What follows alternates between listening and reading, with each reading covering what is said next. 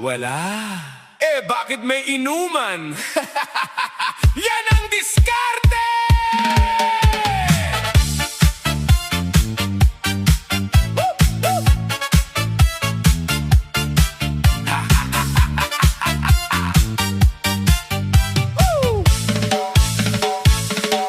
Pagbukas ng kaldero, kanin lang ang laman. Ang ulam may asin, minsan toyo lamang. Pero pagdating ng gabi, may tawag ang tropa. Pre, may tagayan, mabilis ang pagpunta. Sabi ni nanay, anak, bumili ka ng isda. Sagot niya, ma, bukas na lang siguro ha. Pero may bote sa mesa, may pulutan pang konti. Sabi ng kapitbahay, ang galing ng diskarte. Kapag sa pagkain, laging nagtitipid. Pero sa tagayan, parang walang limit. Tawanan at kantahan hanggang madaling araw. Kinabukasan, noodles na naman ang almusal. Walang ulam pero may pangtagay. Unahin sana ang pamilya bago ang lakwatsay. Walang ulam pero may pangtagay. Nakakatawa pero may aral na taglay. Mas masarap ang hapag kung sama-samang kakain bago ang inuman. Sikmurang busog muna natin, kaya isip din bago gumastos. Mas panalo ang tahanang may laman ng kaldero. Pagdating ng sweldo, todo ang selebrasyon. Isang gabi lang, ubos na ang baon. May video pa at walang tigil na kantahan. Pagkatapos ng saya, pecha de peligro na naman. Sabi ni Mrs. Bikas, muna ang bilhin. Sagot ni Mr. isang bote lang uuwiin. Pag uwi sa bahay, tahimik ang paligid. Kanin na lang ulit ang kasamang ihahain. Hindi masama ang magsaya paminsan-minsan kung hindi napapabayaan ang sariling tahanan. Mas masarap ang tawanan kapag walang alalahanin at busog ang pamilya sa bawat pagkain. Walang ulam pero may pangtagay. Baguhin natin ang nakasanayan. Walang ulam pero may pangtagay. Unahin ang mahal sa buhay at kinabukasan. Diskarte, sipag at tamang paggastos. Yan ang tunay na sikreto ng pag-asenso. Tawanan lang ang kanta pero tandaan, mas masaya ang bahay kapag busog ang lahat. Sa lahat ng makakarelate sa kantang ito, bumitilang at kunin ang magandang aral nito. Sapagkat ang tunay na tagumpay sa buhay ay ang pamilyang masaya. At may ulam sa bawat pagkainan. Walang ulam pero may pangtagay. Ngayon ay magbabago na ang ating buhay. Unahin ang pamilya, unahin ang pagkain, para ang saya ay tunay at pangmatagalan. Walang ulam pero may pangtagay.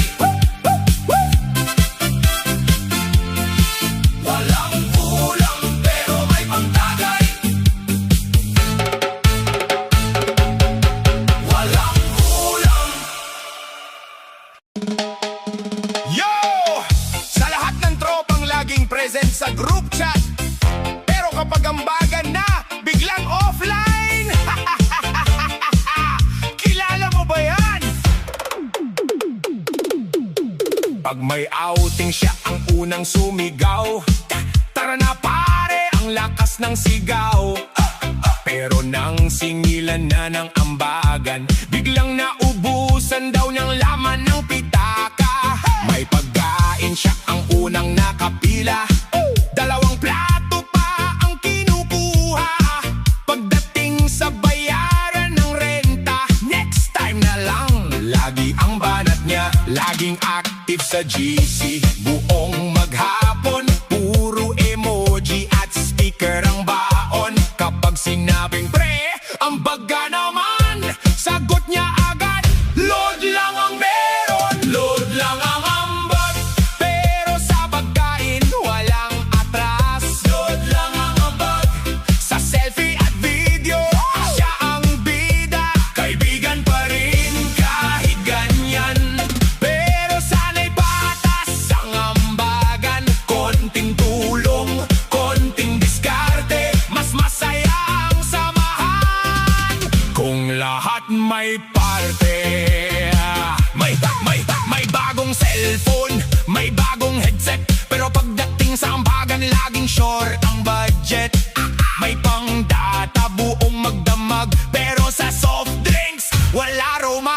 nag-aambag.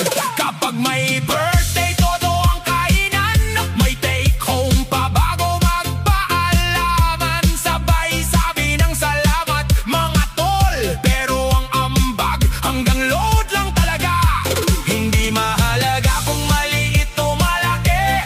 Ang mahalaga'y marunong makibahagi. Ang tunay na barkada ay nagtutulungan. Hindi puro libre ang inaabangan. Load lang ang ambag, nakakatawa pero may aral. Load lang ang ambag, huwag gawing ugali ang libre palagi. Kapag may ambagan, makisama rin. Kahit kaunti, malaking bagay na rin. Dahil ang tunay na tropa'y may malasakit. Hindi lang puro chat at emoji sa bawat sandali. Sa lahat ng barkadang makakarelate, tawanan lang, huwag seryosohin. Pero tandaan, ang samahang matibay ay nabubuo kapag lahat marunong magbigay. Load lang ang ambag, pero sasaya. Sama-sama. Load lang ang ambag, ambag din paminsan-minsan. Para panalo ang barkada. Load lang ang ambag, tap, tap, tap. Load lang ang ambag.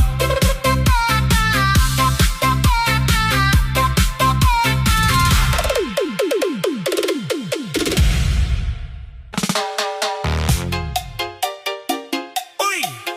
Kumusta, Marites? May bago na naman bang balita?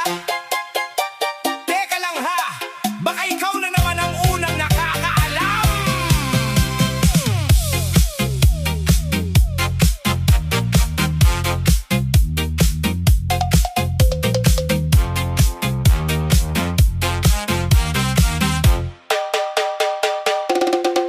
Tuwing umaga, hawak ang walis. Pero ang matay sa kabilang bakod nakatitig. Hindi pa nagkakape, may chismis ng baon. Lahat ng balita parang nasa telebisyon. May dumating na bisita sa kabilang bahay. Kinabukasan buong barangay ay alam na agad. May bagong motor si kumpare sa kanto. Sabi ni Marites, baka nanalo sa loto. Kapag may nag-away, siya ang referee. Kapag may nagbati, siya rin ang saksi. Hindi naman masama ang makibalita, pero minsan sobra na ang kwento niya. Kapitbahay kong Marites, laging updated sa buong barangay.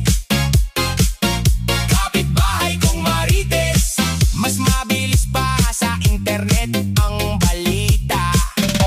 Tawa na lang tayo, huwag magalit. Baka bukas ikaw na ang kanyang chismis. Kaya mag-ingat sa bawat kilos. Baka si Marites ay nasa likod ng bintana.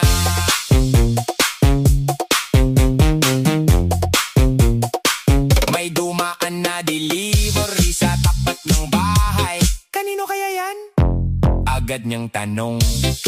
May narinig na konting tawanan. Akala niya'y may malaking handaan. Kapag may video, hanggang madaling araw siya ang unang magre-reklamo sa barangay hall.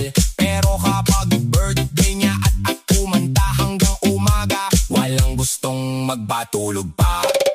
Hindi lahat ng balita ay dapat ikalat. Mas maganda pa rin ang may respeto sa lahat. Kung may oras kang magtsismisan buong maghapon, mas mabuti pang magtanim o maglinis ng bakuran. Kapitbahay kong Marites, ikaw ang reyna ng usapan sa kanto.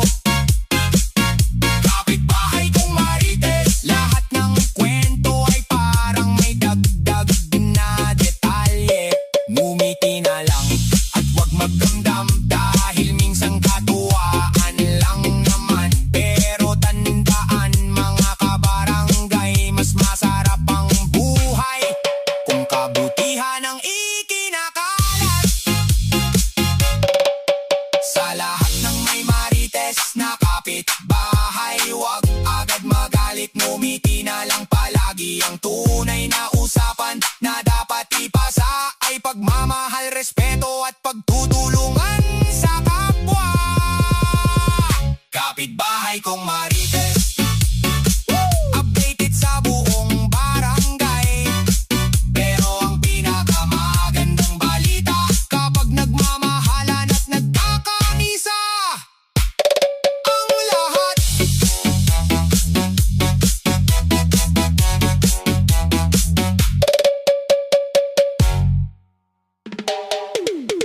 pare, sandali lang. Bago ka magpapansin sa crush mo, may isa muna akong paalala.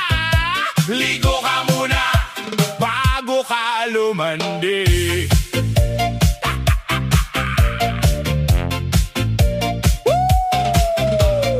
Paglabas ng bahay, taas ang kumpiyansa. Akala mo'y artista kung makapagporma. Gel pa ang buhok, pabango'y ubos na. Pero nakalimutan, maligo pala. Si crush na patingin, biglang napaatras. Hindi sa hiya kundi may kakaibang amoy na lumalabas. Sabi ng barkada, pre, huwag kang magalit. Sabon at shampoo muna bago magpa-cute. Hindi sapat ang forma at bagong sapatos kung ang amoy mo'y parang galing sa maghapong trabaho. Konting linis lang, dagdag pogi points pa. Mas madali ka mapapansin ng crush mo talaga.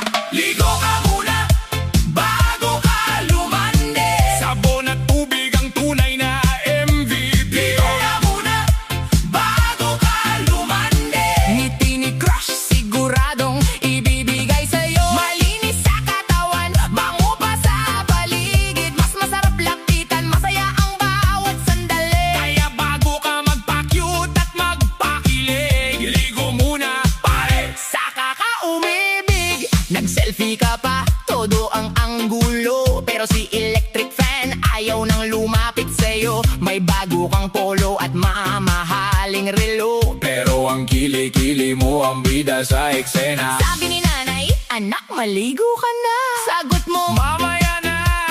May kachat pa. Pagdating sa eyeball, walang gustong tumabi. Doon mo naisip, dapat pala'y naligo ka muna. Hindi mahal ang pagiging malinis. Tubig at sabon lang, solve na ang problema. Mas magandang unang impresyon ang dala kapag presko ang amoy at malinis ang aura.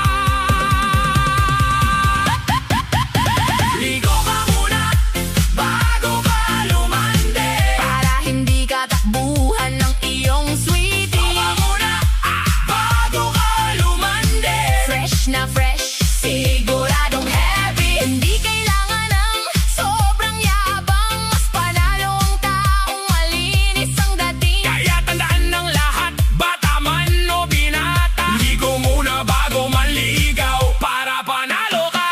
Ang pagiging malinis ay hindi lang pamporma. Ito'y respeto rin sa sarili at sa kapwa. Kaya mga tropa, huwag ninyong kakalimutan, ligo muna bago lumandi.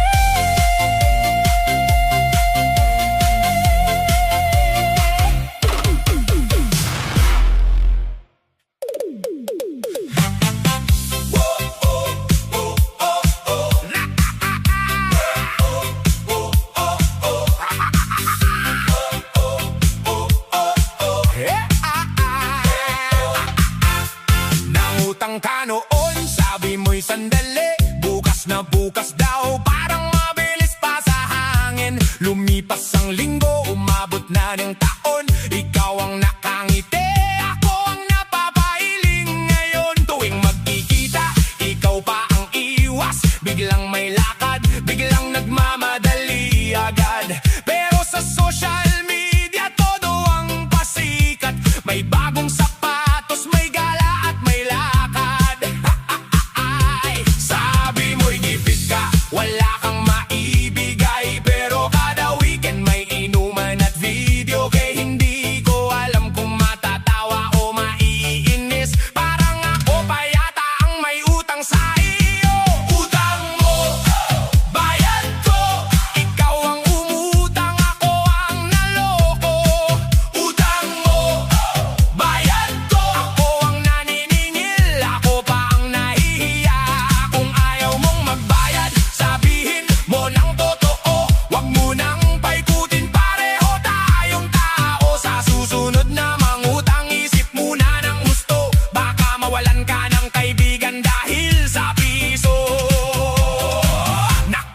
lang may bagong cellphone. Sabi mo'y regalo lang daw ng panahon. May milk tea ka ba at bagong relo, pero ang utang mo parang nalimot na talaga. Kapag may sweldo, biglang nawawala. Kapag wala ng pera, ako ang naaalala. Pre, pautang muna, yan na naman ang linya. Akala mo yata bangko ang aking bulsa. Hindi masamang manghiram kung talagang kailangan. Mas maganda kung marunong ding tumupad sa usapan. Respeto ang puhunan sa bawat samahan. Bayad sa tamang oras, yan ang tunay na dangal. Utang mo, bayad ko. Nakakatawa pero totoo. Utang mo, bayad ko.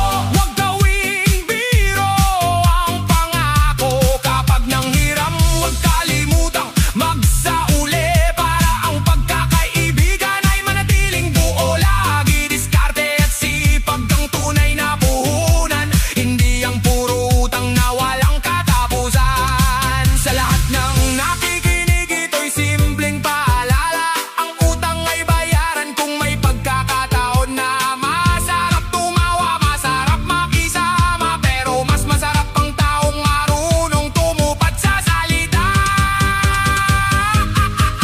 Utang mo, bayad ko. Huwag mong kalimutan ang pangako mo.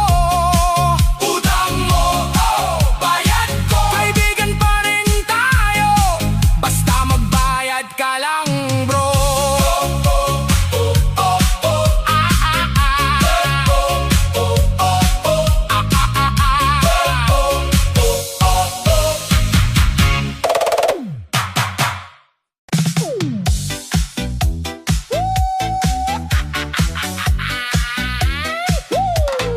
Petsa de peligro na naman. Petsa de peligro na naman. Petsa de peligro na naman. Petsa de peligro na naman. Pampatak ng kinsenas, ako'y nakangiti. May laman ng bulsa, parang hari sa tabi. Libre si kumpare, libre ring si tropa. Pagdating ng weekend, ubos na ang sobre pa. Isang piktik lang sweldo ay lumipad. Parang may pakpak, hindi ko na mahanap. May milk tea, may pares, may online shopping pa. Ngayon ang almusal, kape na lang talaga. Ay nako, teka lang, bakit ganito? Kalendaryo pa lang, gipit na ako.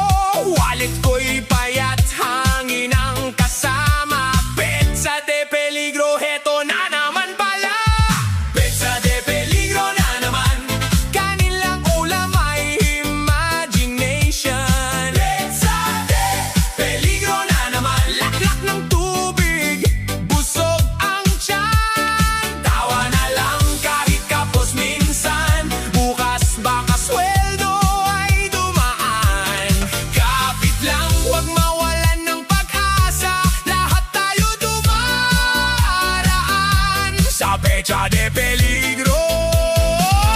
Kapatid sa masa. Nagbukas ng ref, malamig lang ang hangin. Isang pirasong sili, nakangiti sa akin. Yung ketchup at toyo, sila na lang ang barkada. Sabi ng kaldero, kanin ulit, bahala na.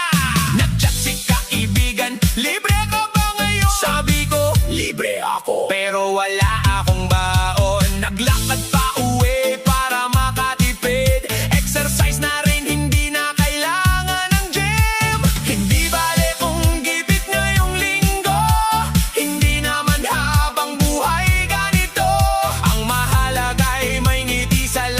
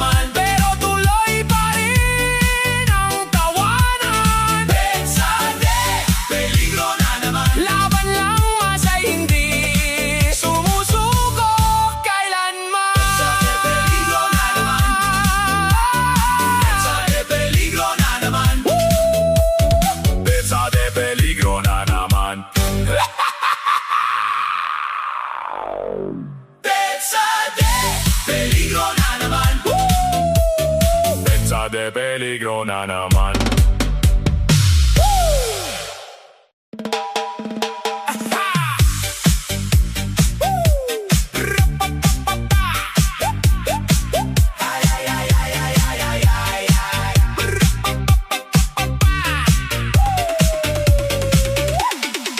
Walang pang-ulam, pero may pang-bimbang. Pero ang tapang, ayaw magpahinga, dude. Kapit sa plato, kahit sabaw lang. Basta may laman, buhay pa ang bangka. Kuryente sa mata, galaw sa sahig. Kahit manipis, sabay pa rin gumigiling. Tingnan mo ko, hindi ako hihinto. Sa hirap ng tiyan, may ngiti pa rin